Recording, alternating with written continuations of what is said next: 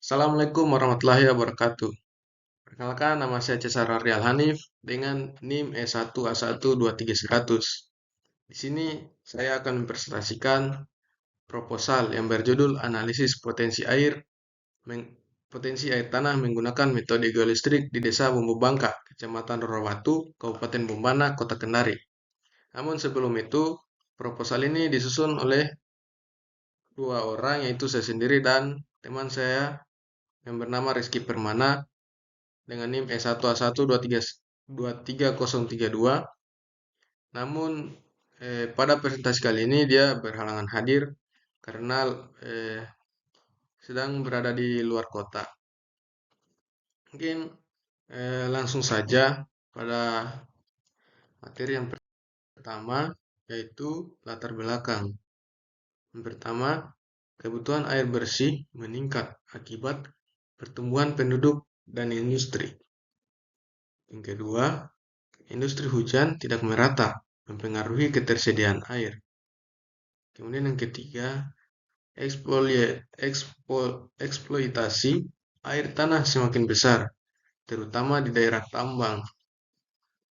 Dan yang keempat itu perlu studi geofisika, khususnya metode geolistrik, untuk memetakan potensi air tanah. Kita lanjut. Di slide selanjutnya itu ada rumusan masalah. Rumusan masalah yang pertama yaitu bagaimana kondisi lapisan bawah permukaan di Desa Wombu Bangka. Kemudian rumusan masalah yang kedua, bagaimana penentuan kadar total suspend solid atau TSS. Yang ketiga, bagaimana nilai kadar merkuri atau Hg dan tembaga atau Cu. Dan rumusan masalah yang keempat di sini ada, yaitu bagaimana potensi air tanah di lokasi penelitian.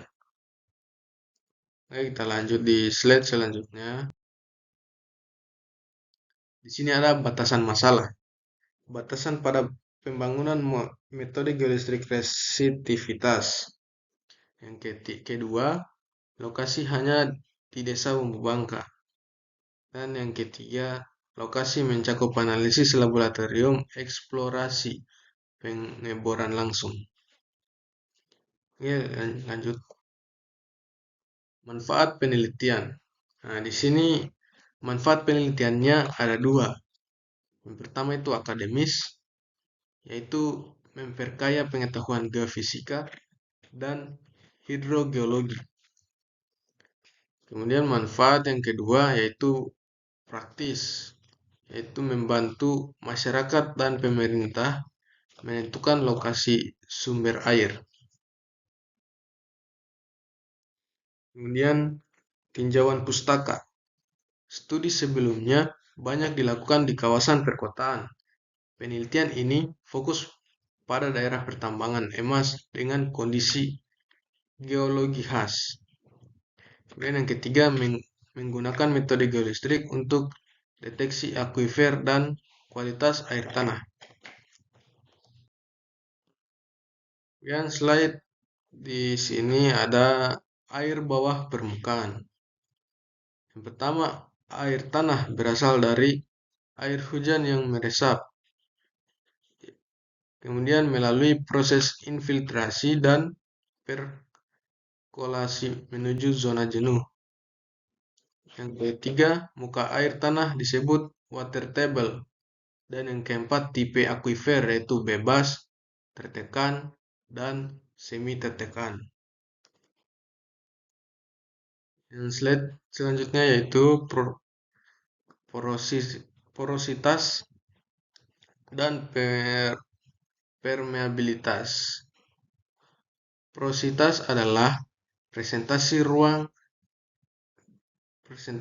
kosong dalam batuan. Kemudian permeabilitas, yaitu kemampuan air mengalir antar pori.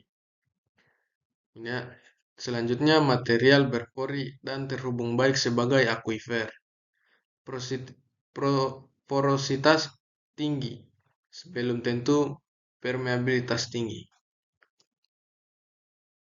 Dan sifat kelistrikan bumi, hubungan erat antara materi dan muatan listrik. Kemudian kedua, konduktor, yaitu mudah mengantarkan listrik atau dalam kurung logam. Kemudian yang ketiga, ada isolator. Isolator ini sulit mengantarkan listrik, contohnya kayu atau plastik. Dan yang sifat kelistrikan yang keempat yaitu ion dalam air penting dalam mengantarkan listrik batuan.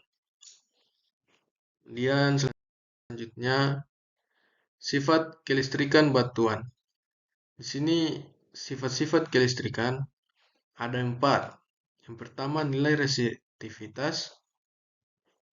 Nilai resistivitas berbeda tergantung kandungan air dan mineral. Resistivitas rendah menandakan batuan jenuh air. Kemudian yang ketiga, yaitu 3 jenis konduksi. Yang pertama elektronik, yang kedua elektrolitik, dan yang ketiga yaitu dielektrik. Kemudian sifat yang keempat yaitu konduksi mempengaruhi kekurangan butir atau porositas dan kandungan ion. Kemudian slide selanjutnya yaitu metode geolistrik. Ada beberapa metode. Yang pertama, metode resistivitas, mengukur tahanan jenis bawah permukaan. Kemudian yang kedua, arus listrik disuntikan, beda potensial diukur. Terdapat 2 pendekatan, yang pertama mapping atau horizontal dan kedua sounding atau vertikal. Di sini yaitu faktor geometris. Faktor geometris mempengaruhi pengukuran resistivitas. Dihitung berdasarkan konfigurasi elektroda atau Schamberger, Wiener, dan lain-lain. Yang ketiga mempengaruhi kedalaman penetrasi dan resolusi hasil. Kemudian di slide ini ada pemodelan geolistrik. Pemodelan yang pertama yaitu proses pembangunan model resistivitas di bawah permukaan menggunakan data lapangan dan software pemodelan. Ketiga, tujuan. Tujuannya ada beberapa bagian. Yang pertama, identifikasi akuifer, kemudian lapisan batuan, dan yang terakhir potensi sumber air. Untuk lokasi dan waktu penelitian, di sini saya meneliti di Desa Bumbu Bangka, Kecamatan Rorowatu, Kabupaten Bombana. Yang ketiga, pengambilan data dilakukan selama 6 hari kerja. Kemudian mencakup wawancara, survei, dan pengukuran resistivitas di lapangan. Dan sini ada alat-alat yang digunakan saat penelitian. Yang pertama itu resistivitometer, kemudian elektroda, arus, dan potensial kabel. Dan pin kabel, kemudian palu, meteran, dan aki. Yang kedua, IP2WIN untuk pemodelan bawah permukaan. Yang ketiga, dokumentasi dilakukan dengan kamera dan catatan lapangan. Di sini ada analisis dan metode. Data primer dari pengukuran lapangan. Yang kedua, data sekunder dari literatur peta dan data historik dan perangkat lunak pemodel.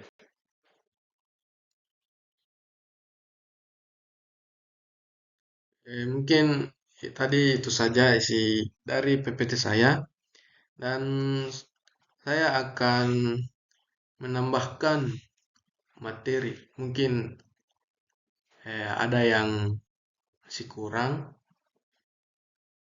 Sini saya akan menambahkan materi-materi yang di awal seperti tadi tentang penjelasan air. Ini air merupakan kebutuhan kebutuhan apa? Air merupakan kebutuhan dasar semua makhluk hidup, sehingga akan menyebabkan kebutuhan air itu sangat meningkat setiap tahunnya karena eh, pesatnya pertumbuhan jumlah penduduk, perkembangan pertanian, dan eh, industri, serta sektor ekonomi lainnya. Distribusi hujan yang tidak merata itu juga menyebabkan ketersediaan air itu tidak sesuai. Semakin meningkatnya kebutuhan air bersih, maka eksploitasi air juga akan semakin besar. Ditambah lagi pengaruh adanya industri seperti pertambangan. Nah, hal ini mengakibatkan ketersediaan air semakin berkurang, meningkat peningkat peningkatnya itu air untuk kehidupan masyarakat dan meningkatnya kebutuhan air akan air tersebut, maka perlu diadakan penelitian yang lebih mendalam terhadap keberadaan air.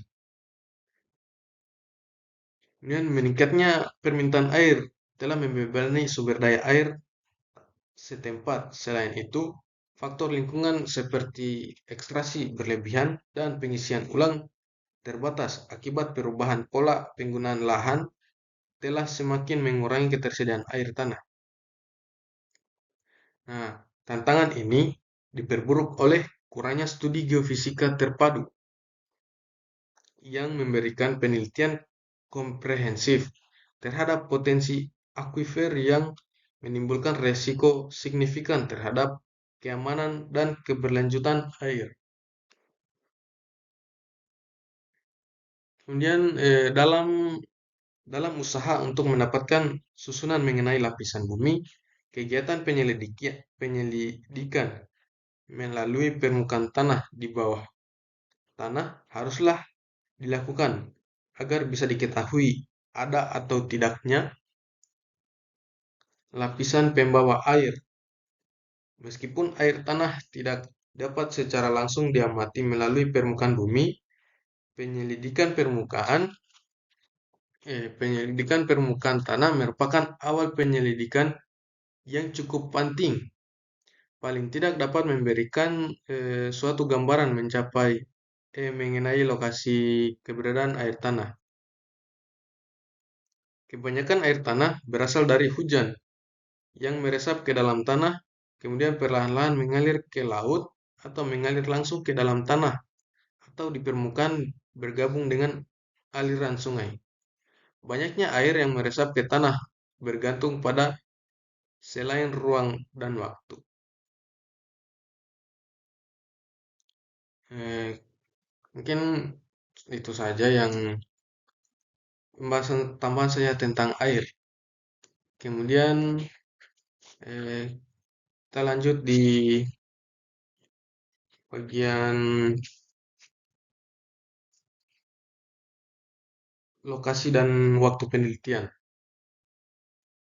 Sini lokasi dan waktu penelitian yaitu analisis potensi air tanah menggunakan metode geolistrik itu dilakukan di Desa Umbu Bangka seperti tadi yang saya katakan, Kecamatan Rorowatu, Kabupaten Bombana. Kenapa di desa ini? Karena di desa ini dipilih karena memiliki karakteristik geologis yang menunjukkan potensi keberadaan air yang signifikan. Berdasarkan studi literatur, pada peta geologi setempat, lokasi ini dianggap representatif untuk memahami kondisi geolistrik dan potensi air tanah di wilayah tersebut. Data, data pengukuran dilakukan selama 6 hari kerja berturut-turut dengan fokus pada periode kemarau dan hujan. Hari-hari tersebut dipilih untuk memastikan bahwa data yang diperoleh mencerminkan kondisi tanah dan air tanah yang berbeda, sehingga memberikan gambaran yang komprehensif mengenai potensi air tanah selama periode ini. peneliti melakukan pengukuran resistivitas tanah menggunakan alat geolistrik di berbagai titik yang telah ditentukan sebelumnya. Selain itu, wawancara dengan penduduk setempat dan pemerintah desa dilakukan untuk mendapatkan informasi tambahan mengenai kondisi tanah dan penggunaan air tanah di desa tersebut. Wawancara ini dilakukan di kantor desa dan rumah-rumah warga untuk memastikan ketersediaan data yang akurat dan relevan. Informasi yang diperoleh dari wawancara yang digunakan untuk memperkaya analisis dan kuantitatif yang telah dikumpulkan serta memberikan konteks sosial ekonomi terhadap potensi air tanah di desa tersebut. Mungkin itu saja tadi hasil presentasi dari saya. Sebelumnya saya mewakili teman saya memohon maaf karena sedang berhalangan hadir. Jadi saya yang mempresentasikan tugas ini dengan sendiri. Mungkin itu saja. Terima kasih. Wassalamualaikum warahmatullahi wabarakatuh.